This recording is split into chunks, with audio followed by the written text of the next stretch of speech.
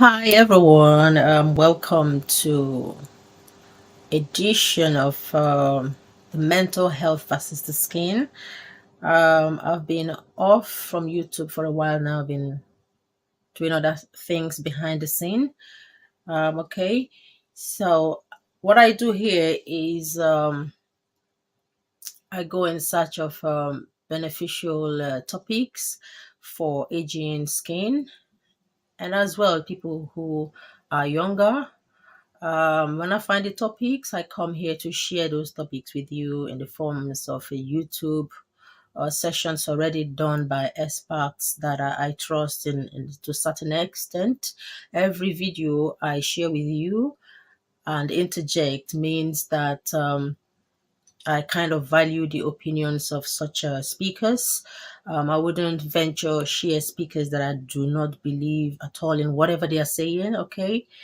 So I've got a video to share with you, but before then, with this topic, I went away to make a bit of research, not really in depth, but I have a bit of knowledge regarding the relationship between mental health and the skin. And everything I bring to you is based on facts. I dwell on facts because facts are actualization of researches that have been done both in vivo in humans with human samples, as in human beings, me, you out there, that contributed to those testings, and ex vivo outside of human beings in petri dishes. Okay, so let's begin by defining the meaning of mental health.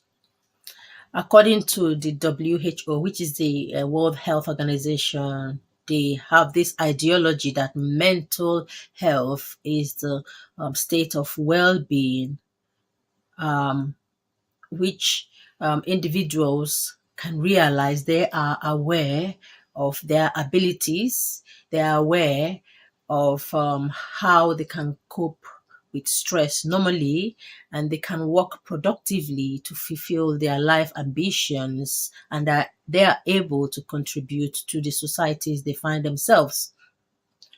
Hence, the definition of mental health by the World Health Organization.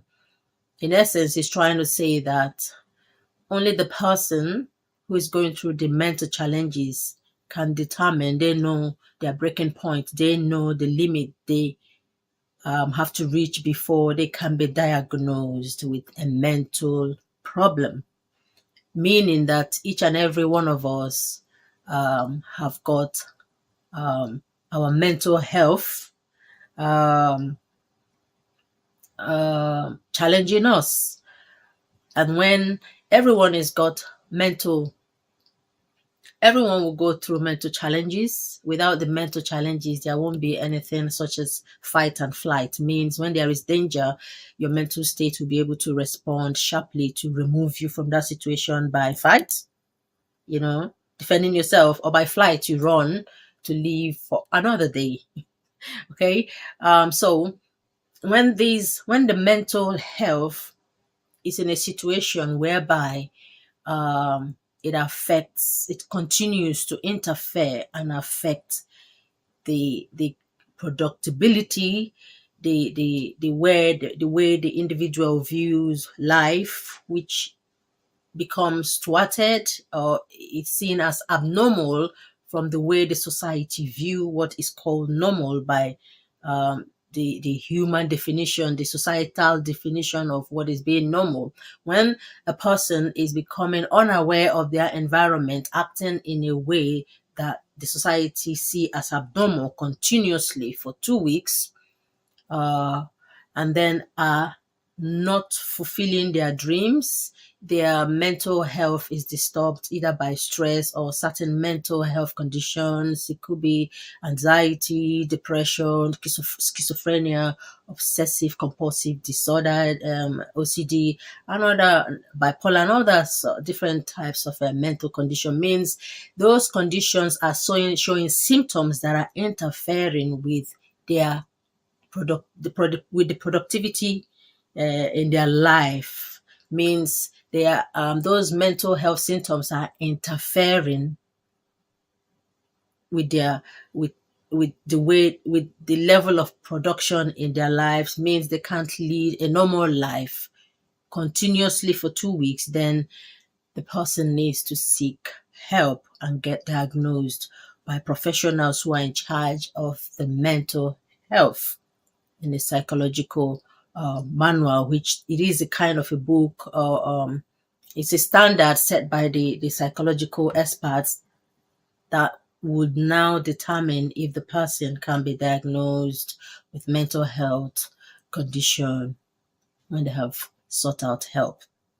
That is the WHO mental health definition of you. Only you is aware of your state of mental health, whether you are realizing your abilities and possibilities and fulfilling your dreams, and you are being positive, you're successful at contributing to your society, will then be the standard to judge a person's mental condition.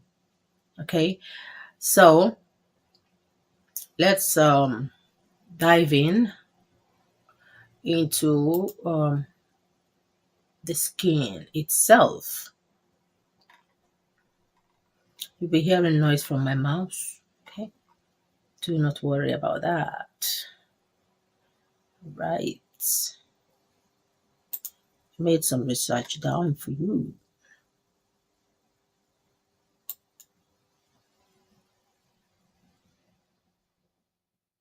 Okay, and let's talk about issues with mental health. Some of the issues with mental health that are in relationship with your skin. One of the major ones is stress. And what is stress? When you're pushed beyond, when the mental state or mental well-being of a person is pushed beyond their capabilities and they are unable to cope with the situation they are facing, and they become stressed, from the way they see things, that the mountain is too big for them to climb, or their mental condition is not capable, it's not holding up to that challenges that they are facing. Hence, stress will be formed. There are psychological stress. You have physical stress as well. Psychological stress deals with the emotional stress or emotional well-being, which we should always be in check. And the physical stress, with things that happens within our surroundings, our environment, relationships, jobs, and other things that contribute to physical stress. And here, from where I am going to be taking my explanations from, or one of the readings one of the places I'm going to be taking the reading from is the Verywell Mind, which describes stress in such a way that stress can be defined in any type of change that causes the physical, emotional, psychological stress. Stress is your body's response to anything that requires attention or action. In essence, they are saying everyone do experience some sort of or some degree of stress, and the way each person is going to respond to that external stimuli of stress is going to differ, and that is where the main point draws itself, where the adrenaline will rush to make a person determine how far they can go to respond to a stress, which in essence will adversely affect their health condition or the way they perform in life.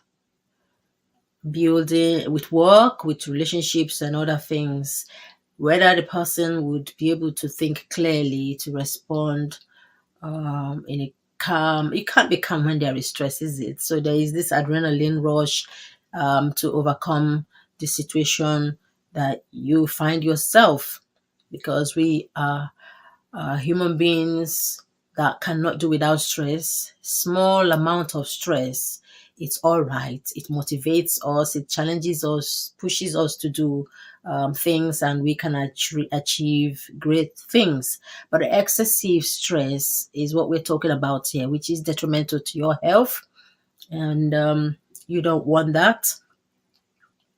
And it says here, the way we respond to stress, however, makes a big difference to your overall well-being. How chronic stress can affect your health. It says it can cause headaches, health conditions, heart attack, or heart disease. When I say heart attack, means there had been an underlying heart problems with blood pressure, and if not in check, could lead to heart attack and unfortunately death. And one of the causes and effects of chronic stress would be hair loss, sexual dysfunction, weight gain. And we most humans can relate with their physical state.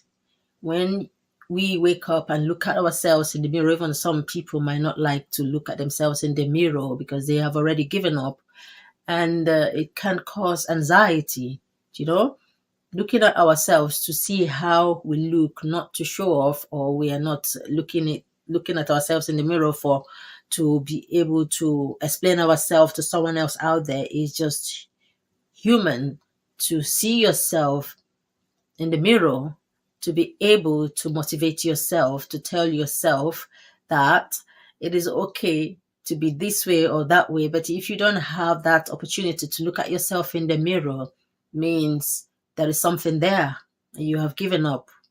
You have given up.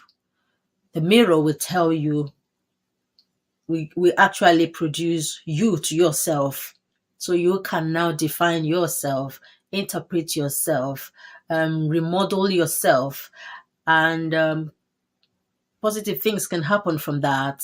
You can decide to make some lifestyle changes, or by igniting your mental state in a positive way by speaking life and positive into yourself, that you can do things and that you are beautiful and that you are special regardless what anyone says. So it is good to use the mirror in a positive way to speak positivity into yourself, and that would improve your state of mental well-being, that for sure.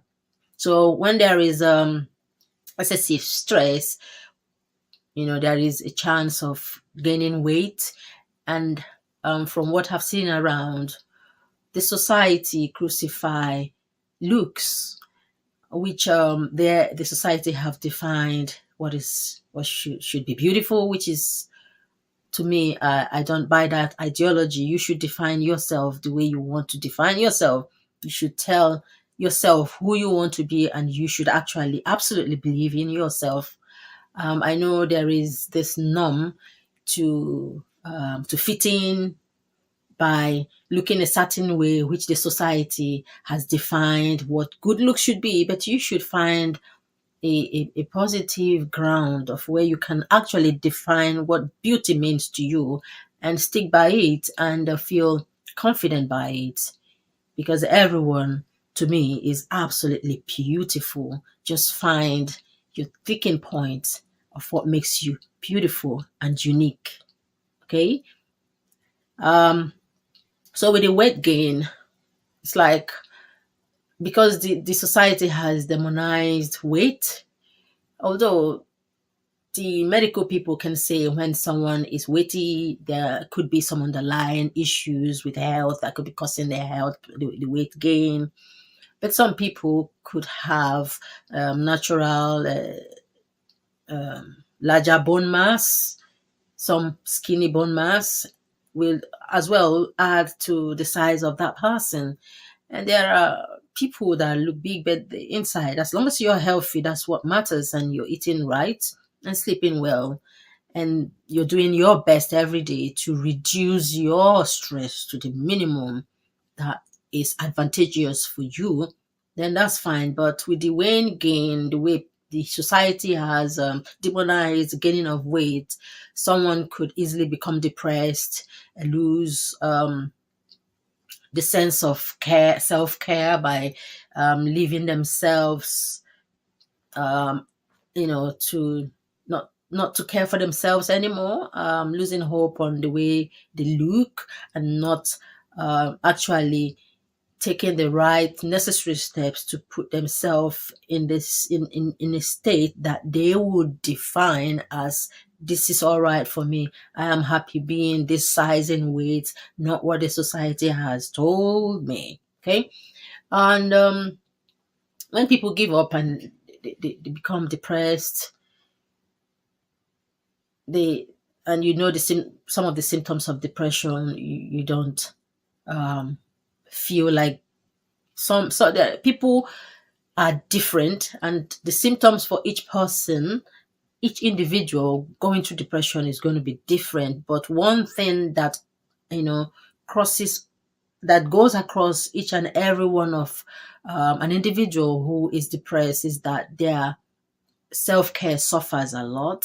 Things like not bathing, cleaning themselves, not even making the effort to to be hygienic for themselves, which in essence could even cause further health issues with their food poisoning.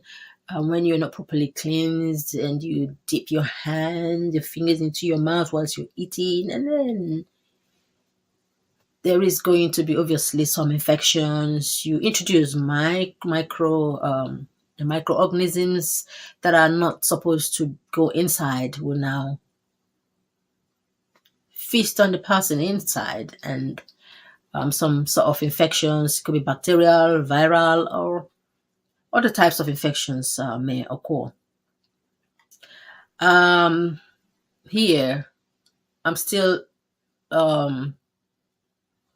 talking about mental health. When we finish the mental health section, then we go to the skin section, and then we try to marry both together to see if there is actually a relationship between mental health and the skin. Your skin, my skin. Yep.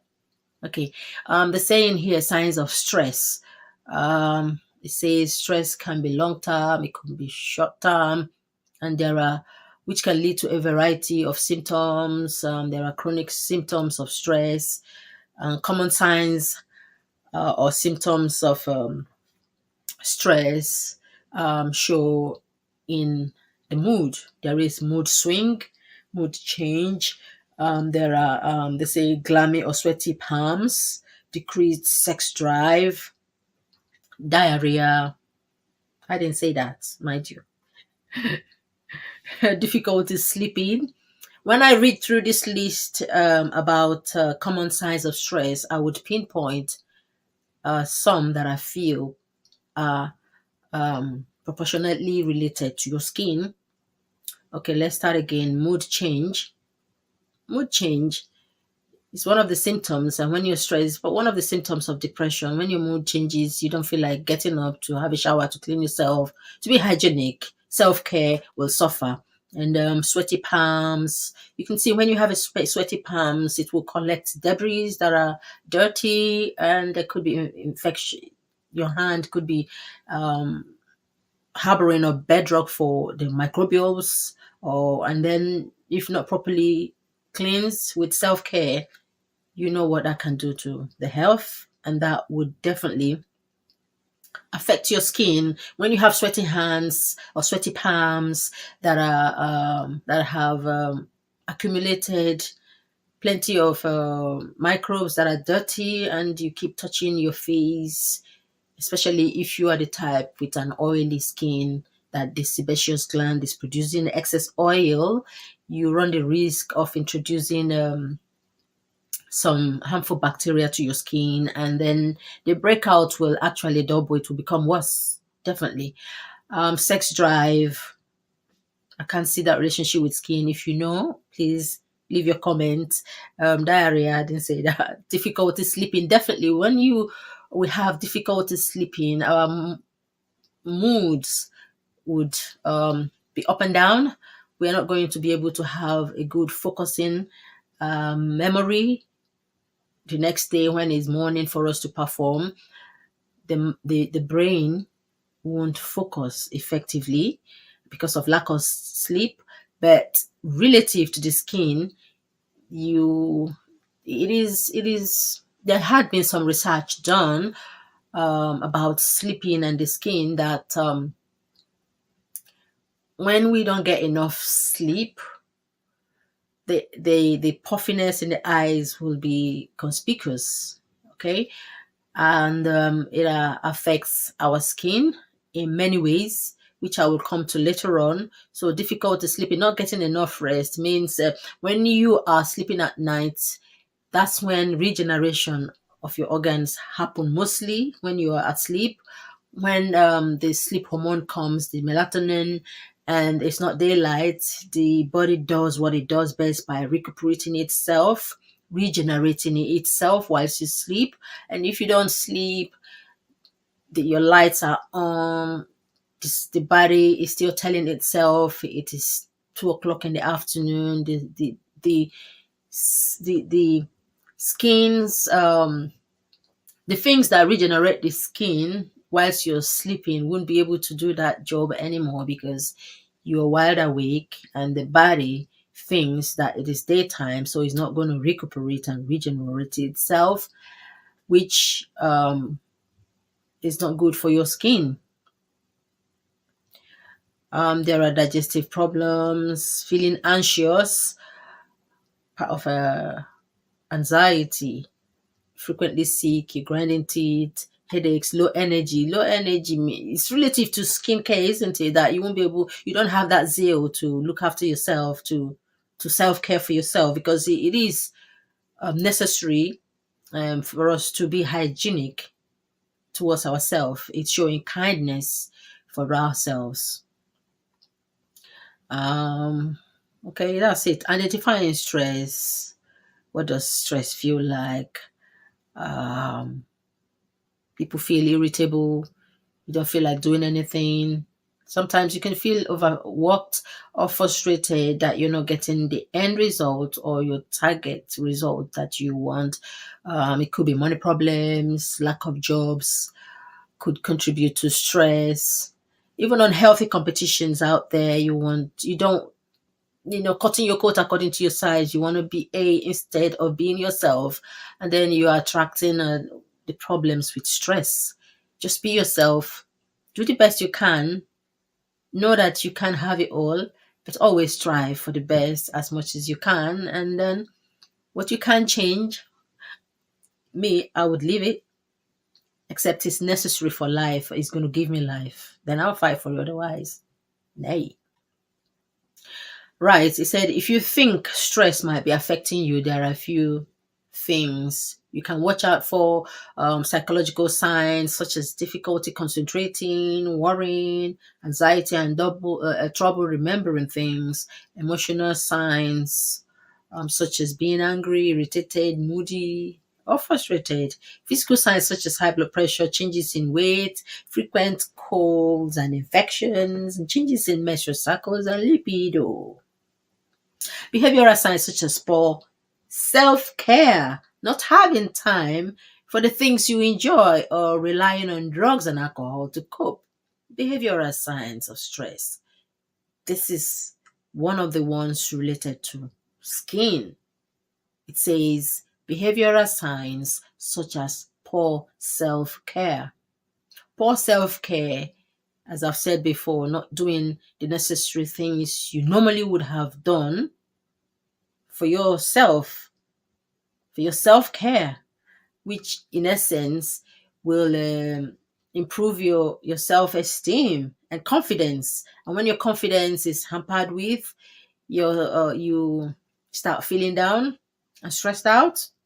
Some might not even be able to deal with putting on weight, or someone tells them oh, you look as if you've added a few pounds, and suddenly they become stressed just for that. So you should be able to draw the line and say to yourself, I know who I am.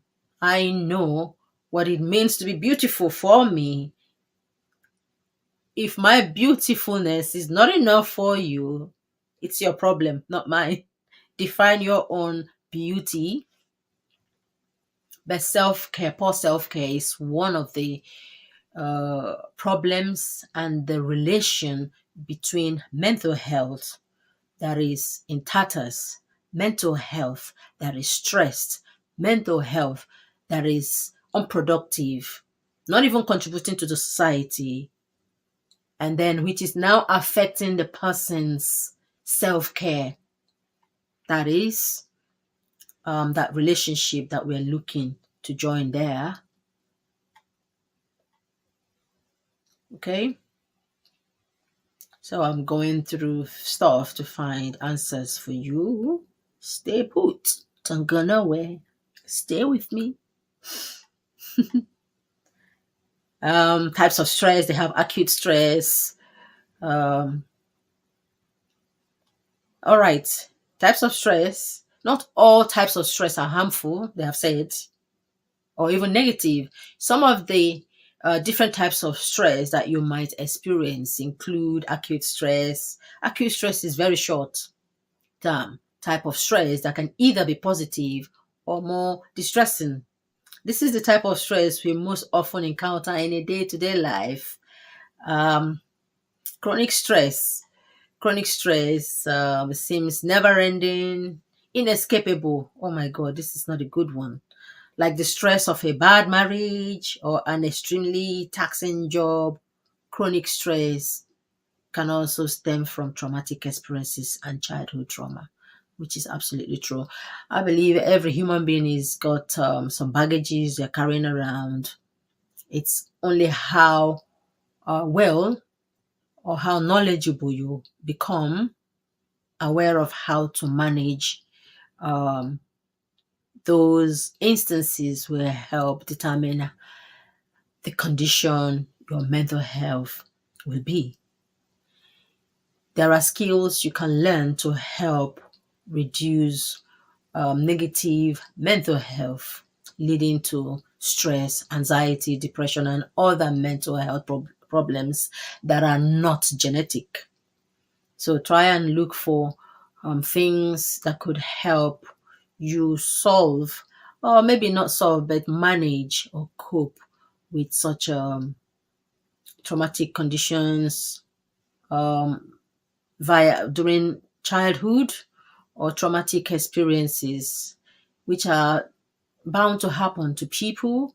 Sometimes we cannot control what will happen to us, but once we find ourselves in such situation, it is important and crucial that we find a way to stay afloat, and not just staying afloat, a way to live a life that we are aware of, being aware of our environment, be able to live a fulfilling life, as in be able to achieve your dreams one day at a time, one step at a time, not giving up totally, and be useful for ourselves, first of all, because you need to be useful for yourself, first of all, and then be useful for whoever that is around you, because if you're not useful for yourself, you cannot be useful for anyone around you, not to talk about your society. So be useful for yourself, be useful for your environment, your families, your friends,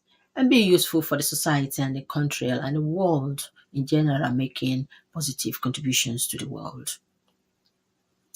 Um, Episodic acute stress seems to run rampant, and be aware of life, creating a life of ongoing distress. This is one of the ones that could cause a person to become suicidal.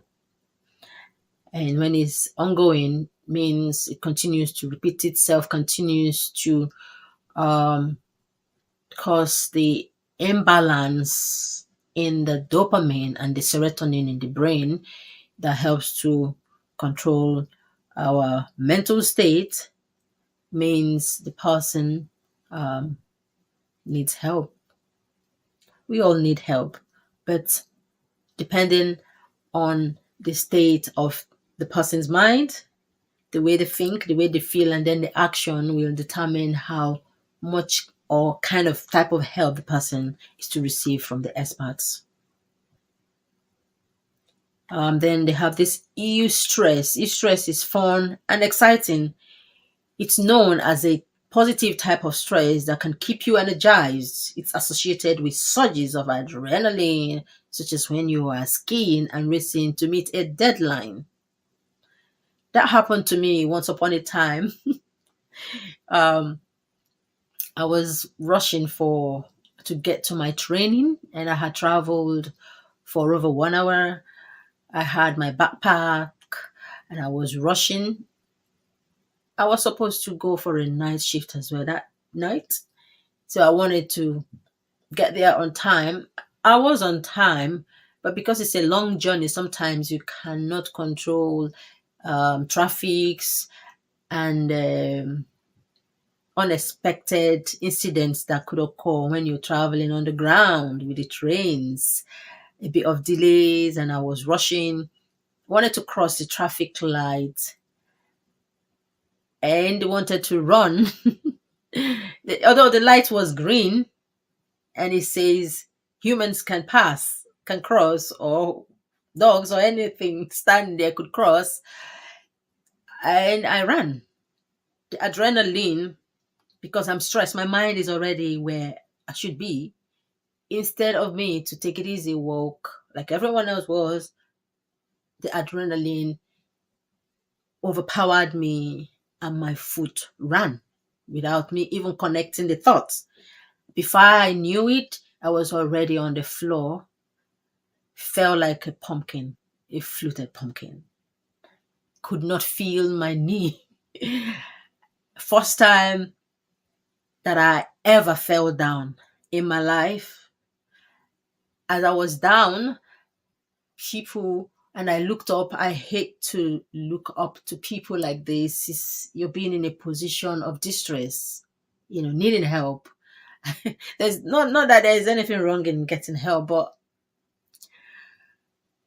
and it felt like the world stood still, everything. I couldn't hear no sound. When you fall down in a very devastating way. I was lucky that I fell forward and I broke my fall with a certain skill.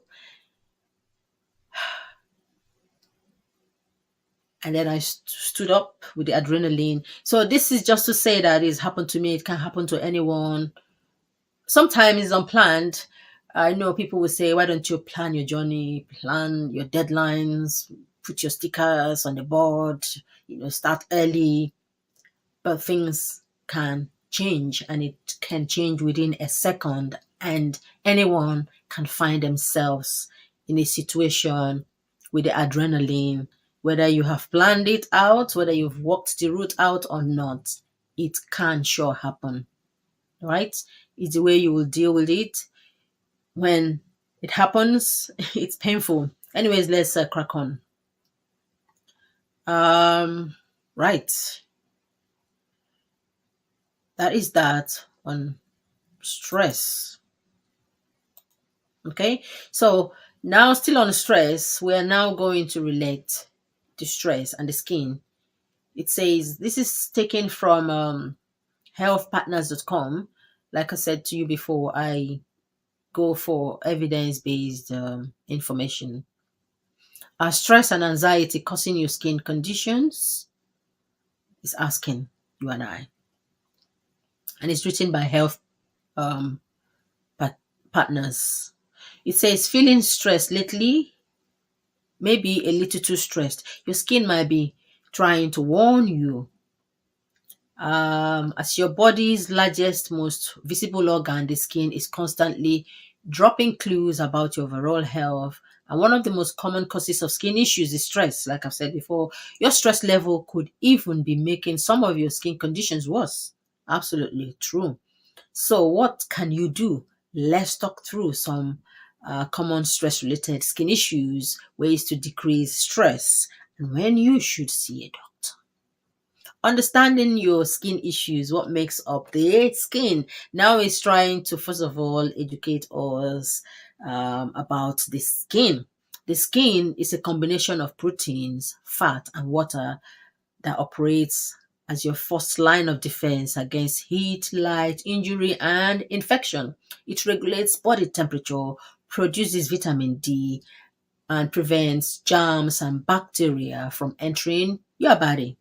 The skin itself is comprised of three layers: the epidermis, which is the top layer, the dermis, the middle layer, and the hypodermis between at the bottom, or the fatty layer. The epidermis is the layer of the skin that you're probably most familiar with, it says. It is the outermost layer you can feel and see. The epidermis is made up of keratin and other proteins that stick together to form your skin, and it's always making new skin cells to replace the ones you lose every day. Desquamation. This layer also contains melanin, the pigment that gives your skin the color it is. The dermis, which is the skin below the epidermis, the middle layer of the skin makes up to 90% of your skin's thickness. This is where your collagen lies, okay? Known as the dermis, it contains collagen, which strengthens skin cells, and elastin, which keeps skin flexible. It also includes your hair follicles, blood vessels, nerve receptors, and oil and sweat glands. Okay, where the sebaceous glands are as well. Hypodermis, your bottom layer of skin. The hypodermis is comprised mostly of fat cells and collagen. It helps regulate temperature, protects your organs, and houses connective tissues that bind your skin to muscles and bone. Can stress affect your skin? Is asking. Yes, it can. 200%. It definitely will affect anyone's skin whilst stressed out. Absolutely, stress can affect your skin in many ways you may not expect, my friend. But why? What is it actually doing to you? Let's start simple, it says. Stress is your body's response to challenges or pressure, and it can produce both an emotional and physical reaction. Getting close to a tight deadline at work. Getting close to a tight deadline at work, stress. Coming up on a huge test at school, it says stress. Stress, stress, stress, stress is bad for the skin. It's bad, it's bad, it's bad for the skin. It's bad for the skin. Yes. And believe it or not, stress isn't always bad. It says, okay, it serves a biological function. Think, fight, or flight. When it's saying think, fight, or flight, it's when there is a sudden accident that requires you to act. You switch immediately. That stress hormone would release that energy either to fight or flight. You would decide then. That's why when there is a havoc happening right behind you, once you had a bang, you're already up on your feet. That's the positive side of stress alert. Stress sends a rush of adrenaline and cortisol from your brain to your body, which can increase your heart rate and sends more blood flow to your organs. But when you start to experience too much stress in everyday life or health, 1 minute, let me read it again. But when we start to experience too much stress in everyday life, our health can take a hit, it says. In fact, studies have shown that even mild stress can compromise the health of your skin. both causing and exacerbating a variety of conditions. This chemical response might even make your skin not only more reactive, but it can also make your skin issues harder to heal. Means the what's it called? The oxygen reactive oxygen species, oxidative stress would actually break your skin down and slow it down from healing, because those free radicals are unbalanced electrons that go to steal electrons from the good cells you have that are paired and make them one and unbalanced. So when we use antioxidants, it helps to balance those free radicals with one electron. It borrows them another electron to become balanced. That way, the free radicals is quenched and your skin can heal. Okay. Then skin conditions caused by stress and anxiety. Anxiety can cause quite a few issues when it comes to your skin, such as stress rashes, hives, and excessive sweating. These conditions can be uncomfortable, sometimes itchy or painful, and may even impact how you feel about yourself. Absolutely, I've said it before. Here is what you need to know about why they might be happening and what you can do. How to treat stress hives. When you're stressed, your body produces a flood of histamine, also known as the allergic chemical. This can make your skin respond as though it's experiencing an allergic reaction, causing a stress rash made up of hives. Okay, but what makes these different from regular hives, and what do stress hives look like? This is talking about the stress hives. They are raised bumps, and sometimes large welts that can appear on the skin in both small and large patches. And they can often itch or burn. Hives related to stress are typically not a sign of something life-threatening and should not hinder your ability to breathe. But the good news is that stress rashes tend to go away on their own, sometimes immediately or after a couple rounds of hives. Just make sure that your hives aren't actually due to allergies. It says, if you suspect your hives are an allergic reaction, it's time to connect to your doctor. And then next about the stress is the chronic sweating due to stress. Many of us have been there, it says, right? Yeah. You get nervous or anxious, and the next thing you know, you're sweating up a storm. It is actually a really normal biological response. Emotion-induced sweat is created and excreted from the apocrine glands located in your scalp, groin, and armpits. And this kind of sweat is denser and fattier than what you'd produce while you are exercising. Learning to mitigate stress will help, of course, but if you want to feel more comfortable in the meantime, make sure to wear breathable clothing and try to keep the affected areas of your skin as well ventilated as possible. It says antiperspirants and regular showering are also important. Did you hear that? So when someone is stressed, they're not going to remember to use antiperspirant. They won't even think about showering. They are in a shut down or shut off mood, isolated, some kind of isolation, and they won't even value self-care, won't even shower, because at that moment they are in a survival mood.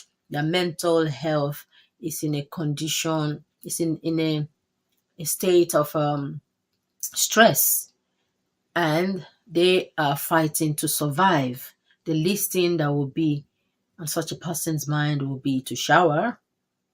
All they see is the all they see is what is causing the stress.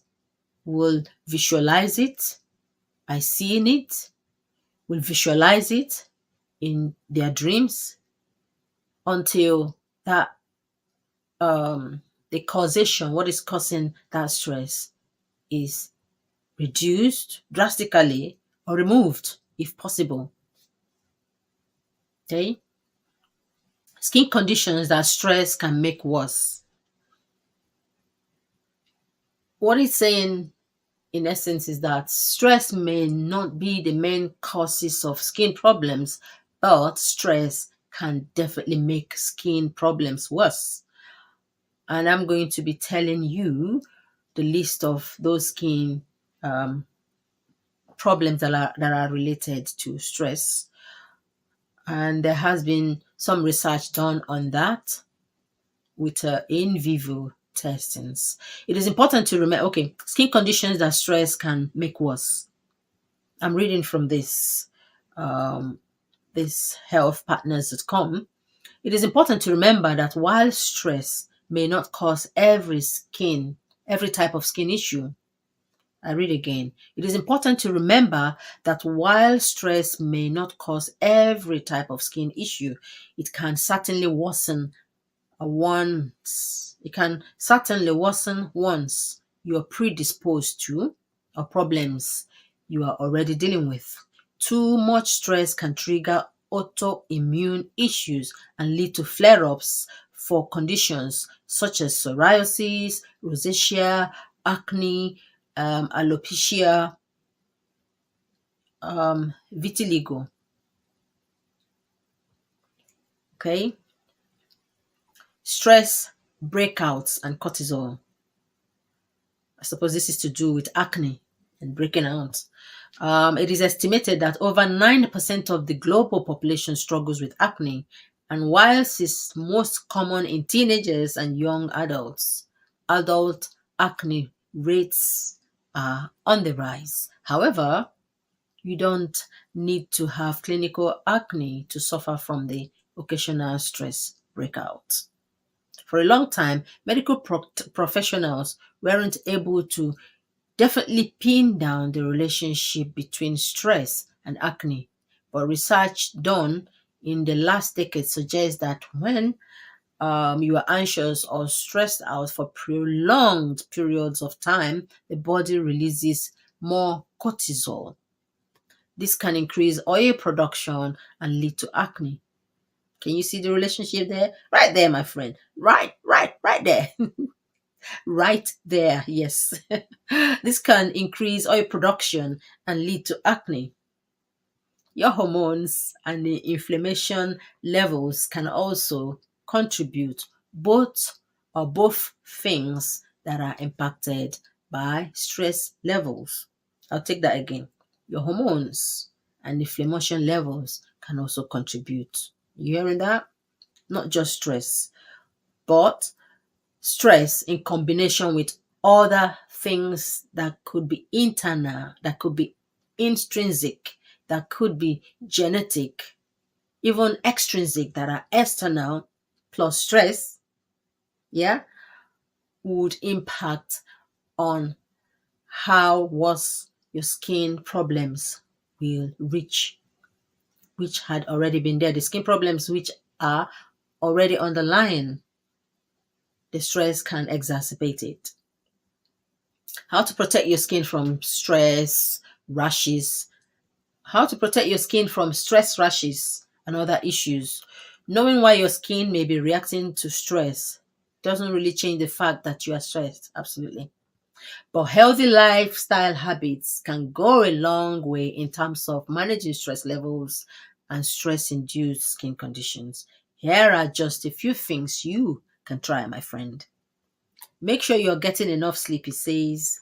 We know, they say. That's what is written here. We know was written twice. I added the third one and say, we know. You probably hear this one all the time, But there is a good reason for that. Sleep is a critical component of overall health, and it is particularly important for your stress levels. According to the American Psychological Association, those who report lower stress levels tend to get more sleep than those reporting higher stress levels. That is true. But then again, I always like to differ a bit, interject, have my own opinions that are different, try to think outside the box, try to, imagine a different possibility from a different angle. Here they're saying, it says those who report lower stress levels tend to get more sleep than those reporting higher stress levels. I kind of agree and disagree. Say, I know that lifestyles that we live can further down the line cause the accumulation of stress, rendering the state of mind unstable. Okay. Say, for example, if you're a student and you as well working, you may find yourself studying more at nights as a nocturnal human being. I was one, and I'm still a nocturnal person. I'm more active at nights because I've always studied at nights, and it's become a routine. Now I'm depriving myself. Absolutely. Is it showing on my skin? You be the judge, but I can tell. Excuse me. I can say to myself that I'm not aging badly. Um, it doesn't always work out that way. Stress can absolutely contribute to the breakdown of the skin, but it's not just the only determinant, it's not the only factor. Okay. Okay. But I can understand it's talking about people that sleep more. I'm talking about sleeping at nights because that is the clock time to sleep. If you sleep more in the day, you get your 8 hours in the day and do not sleep at night. Are you losing out? I would say yes. We are meant to sleep at night. Okay, and not in the day, because the day your that stress hormone is actually very much alive with the melatonin absent, which only it's a sleep hormone that helps to tell your skin, oh, it's time to regenerate itself. And then you're sleeping in the day with your body and cells recognize that it is daytime and that you should not be sleeping in the day. Are they going to come out in that daytime to perform wonders and regenerate itself, regenerate the skin, help keep your cells intact? I believe the body is a master of its own craft. And I definitely believe the night is different from the day. And I do believe that sleeping at night is much more healthier than sleeping in the day. We naturally sleep at nights for a particular reason, and that sleep hormones, the melatonin, does a marvelous work. It's a good antioxidant for the body. Will it come out in the daytime when there is broad daylight? I doubt it. So is the body losing a lot, which can even cause more stress? Scientists out there, this is work for you to do. So you go and make your research as well. And come down here and write something below the comment section. You're welcome. Okay, thank you. Here it says adopt anti-inflammatory dietary. As we mentioned before, stress can increase cortisol production. Too much cortisol can cause inflammation, a big contributor to skin problems. It's talking about the cortisol that causes inflammation, and as well it causes the release of too much of oil for the acne. to occur. But the good news is that you can help lower your cortisol levels with a healthy diet. Focus more on anti-inflammatory foods rich in vitamin B, magnesium, and fatty acids such as fish, whole grains. When they say whole grains, not half grains, not macadamia. I know. Everyone is guilty of that. Um, I'm guilty of that sometimes. Yes, whole grains. You can buy organic oats, brown rice, organic brown rice, the local rice. No, it's good. Is it ayamashe? Quite smelly. Yeah, but you have to clean it before you cook it. So native rice, whole grain. You know what whole grain is? Yeah, I'm sure you do. For some of you that don't know, try and make research for yourself as well. Educate yourself and ties your sense of well-being with the brain. Engage your brain. Fruits and vegetables and healthy fats. Healthy fats, omega-3, the DHA. It's like a fish oils and all that are good for the body. Yeah, healthy fats. Cod liver oil as well. It says avoid regular consumption of processed foods. Aren't we all guilty of that? It's really, really hard. I'm not promoting that people should eat a lot of processed foods, but it's easy to say, don't, hey, don't eat this, don't eat that, don't eat that. But and sometimes I see people that break all those codes and eat what is said not to be eaten, and in the end they live up to 90 something years of age. So would you say it's good genes? Well, processed foods like fried foods definitely not good for anyone, especially those high in sugar and salt. Fried foods, chips high in salt. And then we have cakes high in salt and mostly sugar as well, and unhealthy saturated fats. Unrefined foods are known inflammation instigators.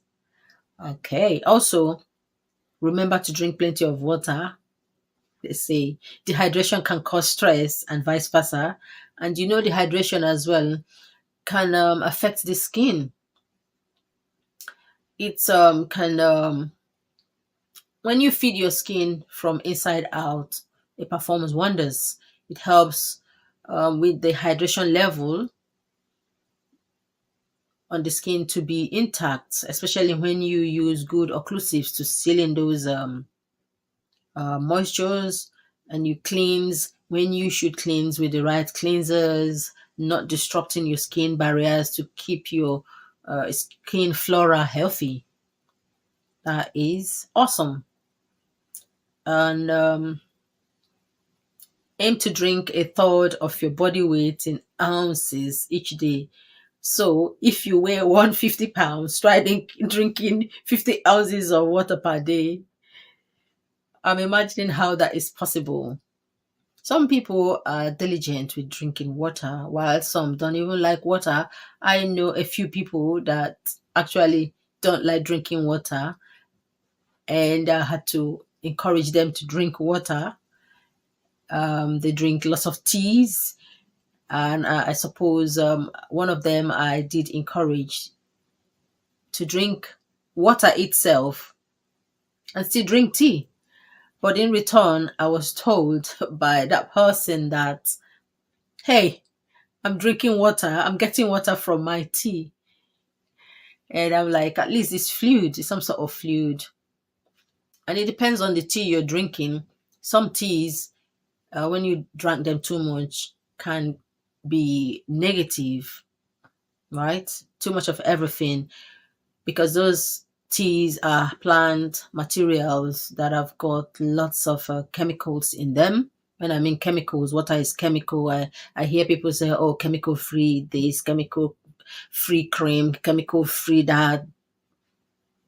That is nonsense. Excuse my language. Water is chemical. There is no such thing as chemical free in skincare, in cosmetics. Water is H2O. Even some of the extracts have got the hydrocarbon backbones, they are chemicals. That's why every ingredient is got its chemical name, and the herbs got their botanical names. So please try and educate yourself. Do not believe everything you see online. Make sure you harness your ideas from professionals and experts in such fields that you are interested in, rather than just going to Google and then believing everything you read online. Make sure your sources of information are extremely reliable. Thank you. As well, I've been talking now. I'm just checking if my microphone is on. Sometimes it comes on. Sometimes I forget to turn it on, so I'm still learning on how to use this medium, right? Okay, get moving in ways that feel good. It says these are one of the advice is given to people on how to improve their health, or the stress, reduce stress, so that it can now be positive for their skins. It says get moving in ways that feel good. It's talking about regular exercise. It's one of the best stress busters around. It can lower stress hormones levels like cortisol and adrenaline, and stimulate your endorphins. Exercise increases energy levels. It gives you a chance to get out of your head into your body. In other words, mindfulness, it says. If you are not someone who often gets up and moving, remember that it's okay to start slow. You can begin with something low impact like walking before looking into more organized methods of movement such as strength trainings and aerobics. Prioritize your mental health. Stress can have a huge impact on your mental health and mental health as well. It's completely normal, and you are certainly not alone. If you've been struggling, it's okay to need a little help. There are tons of mental health resources available to you both online and through your healthcare provider. Do not be ashamed of it. There is no shame in mental health condition. Every human being is facing challenges, but diverse, but different from yours, different from mine. No one is an angel, no one is a saint. Everyone is got something beneath, I would say, excuse me. So I would look at mental health as um, another health condition, such as it could be blood pressure, it could be cholesterol, or other health conditions of different categories that everyone could be battling with. So when you find yourself in such situations, don't condemn yourself. Don't It's easy for me to say do not, but my advice is seek professional help. Make sure you speak to someone before it gets worse, because mental health unmanaged can get worse, and then the family members of such person will be stressed out as well. All right. It says prioritize your mental health. Stress can have a huge impact on your mental health. It's completely normal, and you're certainly not alone. If you've been struggling, it's okay to need help. There are tons of mental health resources available to you, both online and through your healthcare provider. A great first step is touching base with your primary care physician. Your GP in the UK will then refer you to the appropriate professionals that are kind, will listen to you, and will help you. Definitely, they will be able to help you determine next steps and what will work best for you.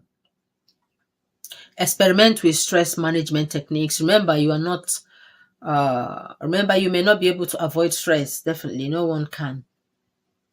But you can change how you react to stress. If you're looking for things you can try right now to help you manage stress, try incorporating some stress management techniques into your daily lifestyle.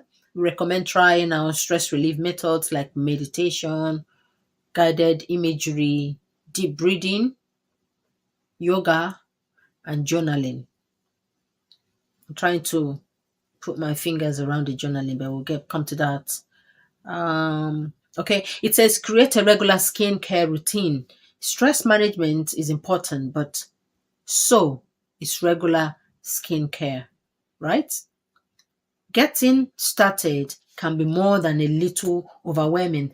There are so many products out there on the market promising perfect skin and claiming to help with really specific issues, but what actually works? The truth is that there are no answer, and great advice doesn't account for the fact that anyone's skin is different. You can do your own research, of course, but the best place to start with is your dermatologist, it says. A professional will be able to help you assess your skin type and needs and use that information to plan a personalized routine. Absolutely. See your doctor about stress, breakouts, and other skin issues. Do you have questions or concerns about possible stress-related skin problems? Schedule an appointment with your GP who can evaluate your condition, suggest treatment options, or refer you to a dermatologist. If you don't need referral, you can also call to make an appointment directly with dermatologists if you know one. Make sure you go to the appropriate dermatologists that are qualified in the location you are.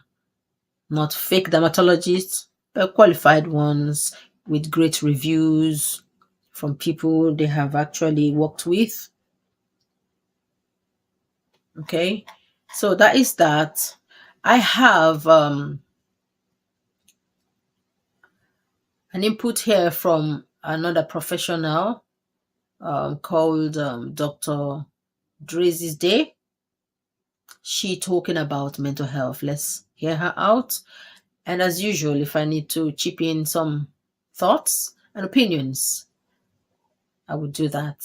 Okay. Let's pray I press the right button. Okay.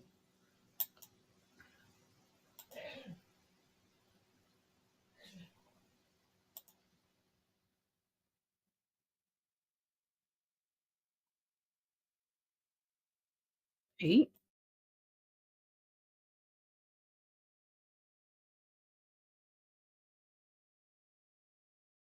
Would you believe me if I told you that prioritizing your mental health can have profound impacts on how your skin looks, rivaling that of skincare products? In today's video, we're going to talk all about how your emotional health, how your mental health feeds directly into how your skin looks, feels, reacts, and your overall quality of life, as well as total body health. I do find that there is a paucity of education, public awareness regarding the intimate link between your emotional well-being, your psychological health, and the health of your skin. The behavior of your skin is heavily influenced by both hormones and emotions. This can impact sebum output, making you oilier. It can impact transepidermal water loss, making you more prone to dryness, as well as symptoms of sensitivity, irritation, burning, stinging. And if you have an underlying skin condition, it's crystal clear in dermatology that there is a tight link between flares of a variety of skin conditions and psychological stress. Furthermore, certain psychiatric illnesses and disorders are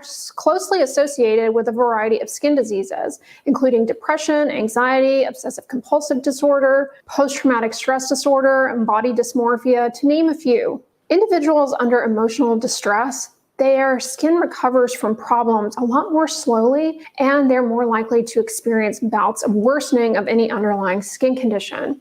Negative emotions can influence immune responses, and ultimately that can impact how our skin responds to environmental stressors, to insults, to damage, how quickly we recover from environmental insults that otherwise would damage our skin and contribute to premature skin aging, as well as flares of underlying skin conditions. Furthermore, when we're under intense psychological stress, or if you have an underlying psychiatric illness, a lot of times it leads people to have other disruptions in their life, namely on their sleep. And when our sleep is disrupted, when we're not getting good quality restorative sleep, it leads to more water loss from the skin, more dryness, more irritation, heightened sensitivity. It doesn't give your body adequate time to recover and to heal the barrier, and therefore you are more vulnerable to oxidative stress in the skin that damages critical structures and sets the stage for premature skin aging, as well as flaring of a wide array of skin conditions. Don't underestimate how valuable a mental health tune-up can be for not just your skin, but for your total body. The skin is a window into what is going on internally, and that includes your psychological health. We are now more than ever bombarded with information overload.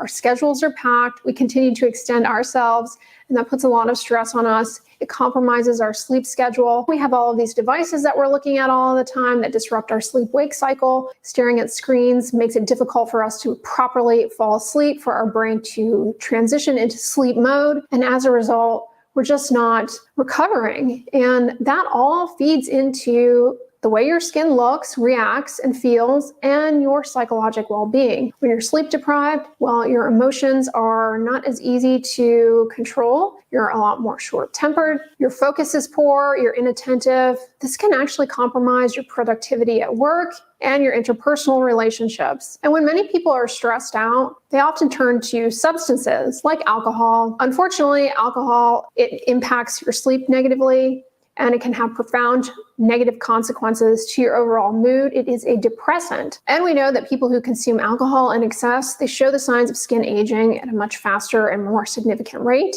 Deeper wrinkles, more sallow skin. Easy to brush aside stress is just this common thing that everyone deals with.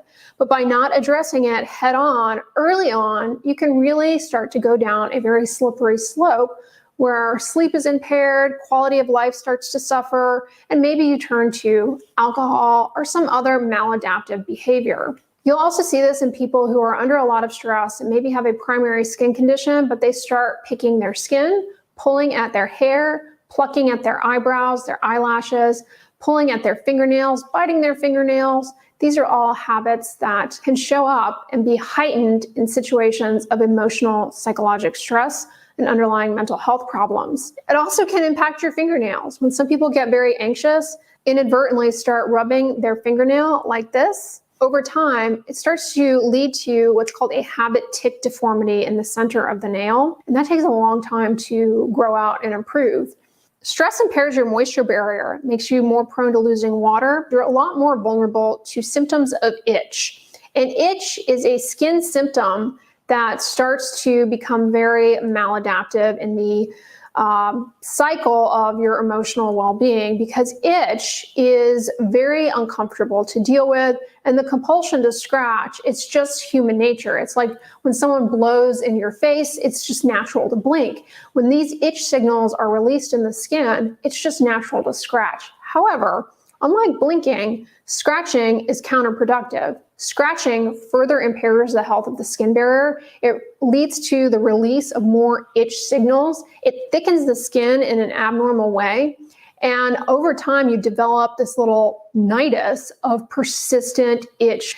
And people, as a result, chronically scratch that. Just as alcohol can disrupt your sleep, scratching behaviors really can impair sleep quality. Getting good control of the skin condition and the psychological triggers of stress can actually make a huge difference, not only for the skin, but for these patients' sleep quality and their subsequent performance in day-to-day life and their ability to get their schoolwork done. I mean, it really can be transformative. So it's easy to say, manage your stress, prioritize your mental health, but how exactly do you do that? Therapy can be actually very beneficial, not only for the mental health piece of these skin conditions, but for improving the symptoms and clearing up the skin condition. I know it sounds dramatic, but there's actually good evidence that cognitive behavioral therapy can impact a wide array of skin conditions. Cognitive behavioral therapy is a method of treatment that recognizes problematic dysfunction in thoughts and works to develop strategies for the individual so that they can change those thoughts and subsequent behavior patterns the next time they are in the face of that particular trigger. It's based on the underlying premise that challenging situations elicit unhelpful thinking and problematic behaviors. So for example, maybe you get stressed out. As a way to self-soothe or cope, maybe you pick at your skin. Cognitive behavioral therapy can help an individual identify those particular patterns and help them develop strategies around those behaviors to better cope. And ultimately, that can have a huge impact. Cognitive behavioral therapy basically helps to increase your self-awareness. It also helps to reshape negative thoughts and emotions so that the next time you're exposed to a particular trigger, you're better able to identify that and redirect. It really helps you to cultivate more effective responses in the face of subsequent trigger exposure in the future. Now, I want to make it clear, I'm not a behavioral health expert. I'm not a psychologist or psychiatrist. And I also want to make it clear that while cognitive behavioral therapy shows a lot of promise for helping numerous skin conditions, it's not necessarily the best approach for everyone. But at the end of the day, it is important to take your mental health very seriously. In some cases, cognitive behavioral therapy plus medication may be necessary to get optimal responses. Having a skin problem can really be very socially isolating for a lot of people, especially when it occurs in like a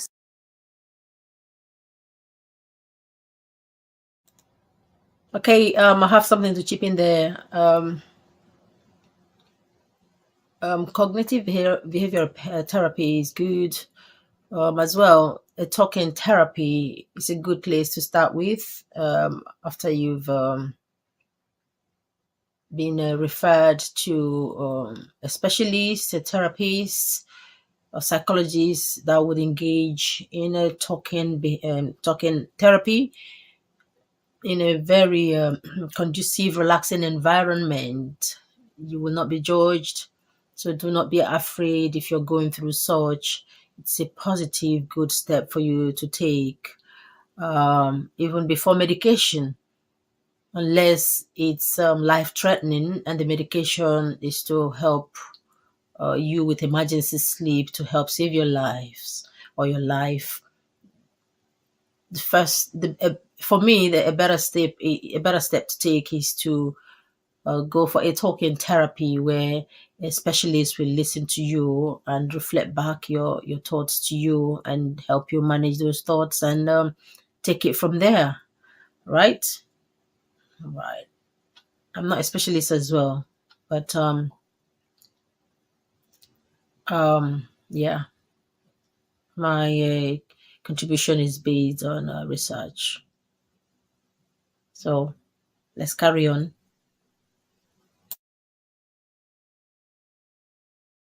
sensitive area, can have negative impacts on maybe your sex life, or if you have a skin condition that is easily visible, it may just make you feel poorly about yourself. And even if you are on standard treatments for that skin condition and you're actually getting good responses from them, it may not be enough to alleviate how you feel about yourself. There are a lot of medications that we use in dermatology that can get somebody 90% clear, 80% clear, but sometimes it clears up everything, but the one spot that really bothers the person the most. And so addressing the mental health piece of things can really round out in a more holistic manner how one goes about approaching that in that patient's skin problem. If all we're doing is treating with medications that clear 95% of the skin problem, but it's that 5% that remains that's actually what bothered the person the most, it's much less likely that that person is going to stick with the treatments long term and that they're going to have ongoing continued benefit.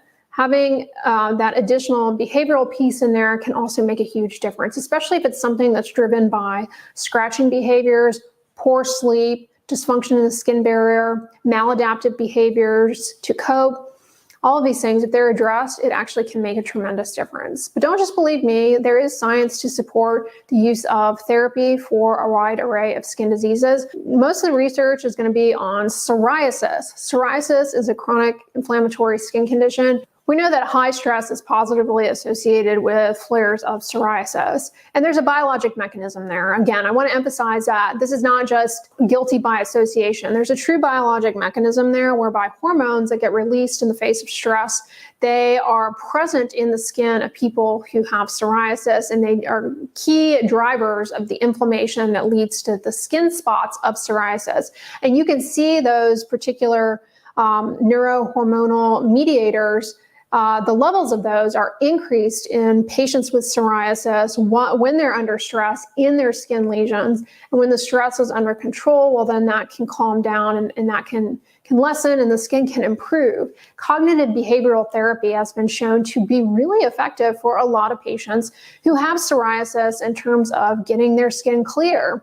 The medications that we use to treat psoriasis, whether it be the fancy biologic medications that you see commercials for all over on TV, well, at least here in the US where we have drug commercials, or the topical medications, or treatments like narrowband UVB phototherapy.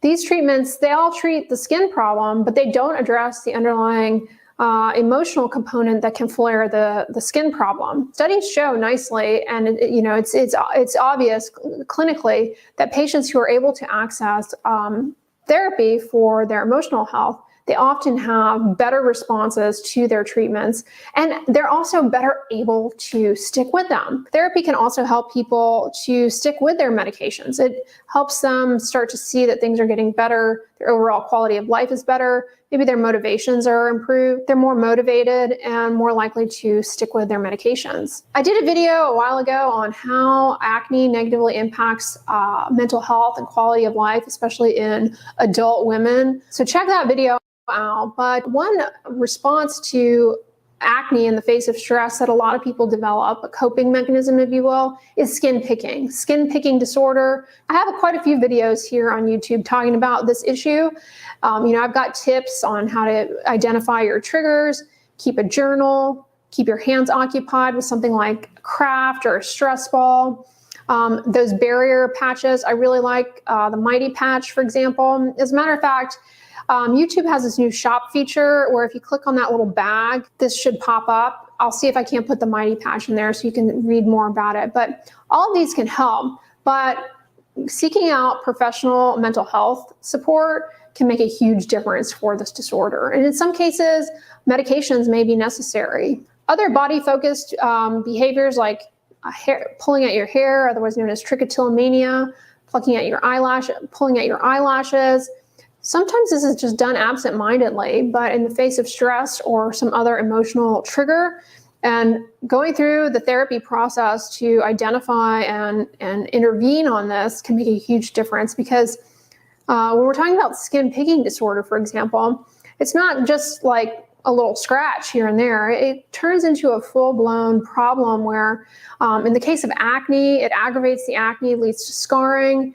With the picking, you can introduce bacteria into the skin that lead to infections, and the acne treatments are not very likely to work so long as the individual is picking at the acne, because that just creates a lot of inflammation and problems there that subsequently can lead to really stubborn post-acne hyperpigmentation and scarring. For people who have atopic dermatitis, cognitive behavioral therapy can help in minimizing itch and scratching behaviors, because again, that stress response, it really can drive a lot of barrier dysfunction. There's a specific type of cognitive behavioral therapy shown to be helpful in eczema called habit reversal training that can help those individuals break the itch scratch cycle, which can be huge in eczema. It can make all the difference actually for some people. I don't want to overstate it, but it could make all the difference for some people in terms of the severity of their skin condition, so much so that it can make the difference between them having to go onto a stronger, more expensive medication.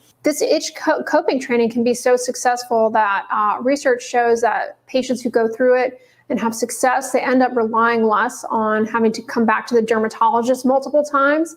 They end up needing less topical steroid creams. They're less reliant on topical steroid creams because they're having presumably fewer flares.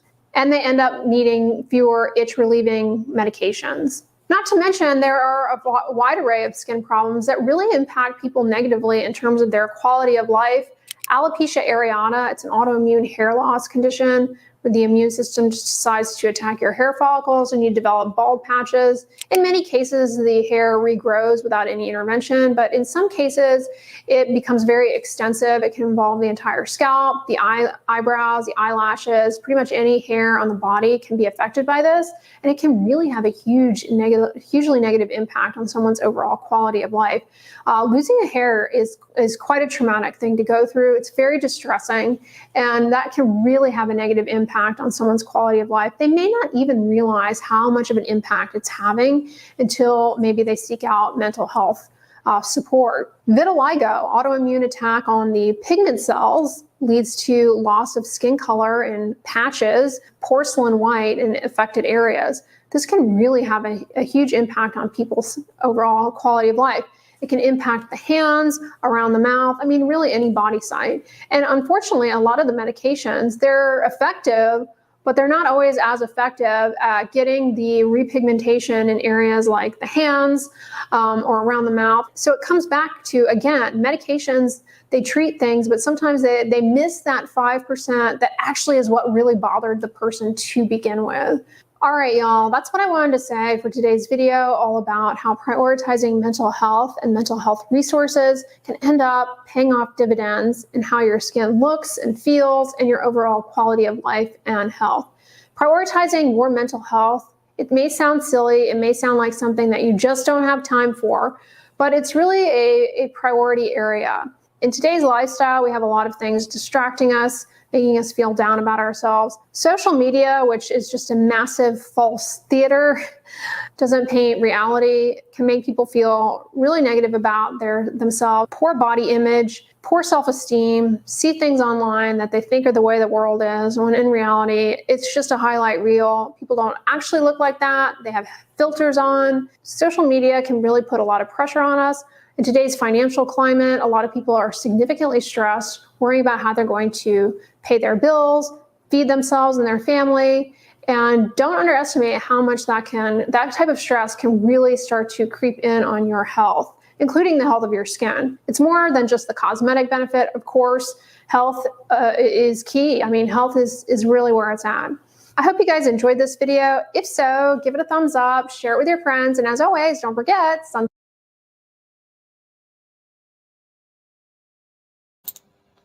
All right, so we've heard from Dr. Dre. Did I get the name right? Yes, Dr. Dre. She's a dermatologist, okay? And I am a cosmetic skincare formulator at Ismail, London. So everything she's just said, I second, and some of them I had already highlighted those points earlier on whilst I was chatting with you guys. I've as well posted some links of where my findings were taken from reliable sources, and one of them says there is psychological burden of skin diseases. And in this study, there was a cross-sectional multi-center study among dermatological outpatients in 13 European countries. I'm just going to read just the abstract, but I've posted the link for you there to check out. Here it says the contribution of psychological disorders to the burden of skin disease has been poorly explored. And this is a large, one moment, let me make sure I'm audible. I'll start afresh. The contribution of psychological disorders to the burden of skin disease has been poorly explored. And this is a large-scale study to ascertain the association between depression, anxiety, and suicidal ideation with various dermatological diagnoses. This international multi-center observational cross-sectional study was conducted in 13 European countries.